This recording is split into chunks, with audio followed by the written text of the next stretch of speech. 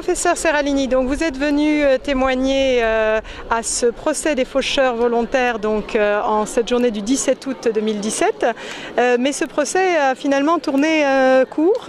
Il y a un changement de programme un petit peu. Est-ce que vous pourriez nous en parler ? Alors je suis venu expliquer tant au procès que hier en conférence pour les faucheurs qu'il y avait une différence énorme entre la toxicité du glyphosate et la toxicité des bidons de Roundup ou d'autres marques qui contiennent du glyphosate, qu'ils sont 1000 fois plus toxiques.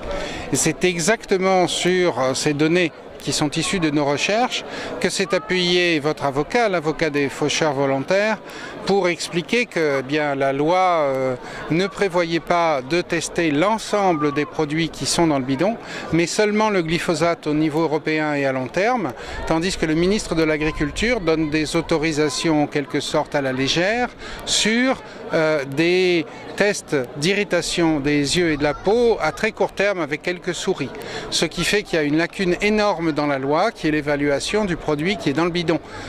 Et donc il pose cette question préjudicielle, en tout cas c'est ce qu'il a plaidé à l'Europe, à la Cour de justice européenne, et le procureur l'a suivi en ce sens, ce qui est historique, et a dit que donc c'était à Foix et dans l'Ariège qu'il y avait des résolutions du tribunal pour énormément de respect de l'environnement et pour avoir une eau non contaminée, et donc en quelque sorte cela justifie de poser cette question préjudicielle à l'Europe.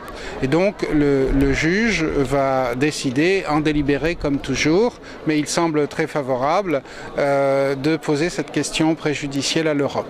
Et donc on peut se dire que c'est quelque chose d'historique, parce que si l'Europe décide que, et elle le fera incontestablement parce qu'on voit bien qu'il y a une lacune sur l'évaluation des produits à long terme tels qu'ils existent, tels qu'ils sont donnés aux agriculteurs ou aux jardiniers ou vendus aux agriculteurs et aux jardiniers en vente libre, et c'est illégal parce qu'il devait y avoir un conseil, et c'est illégal parce qu'il devait être sous clé, il ne l'était pas.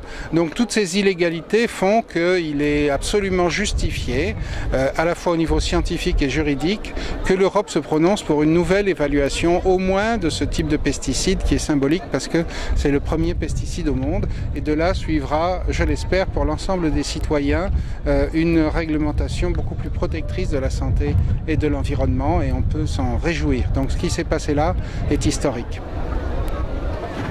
Très bien. Merci beaucoup, professeur, pour ce point de vue étayé, et souhaitons effectivement que la décision du juge soit favorable. À bientôt. À bientôt, merci.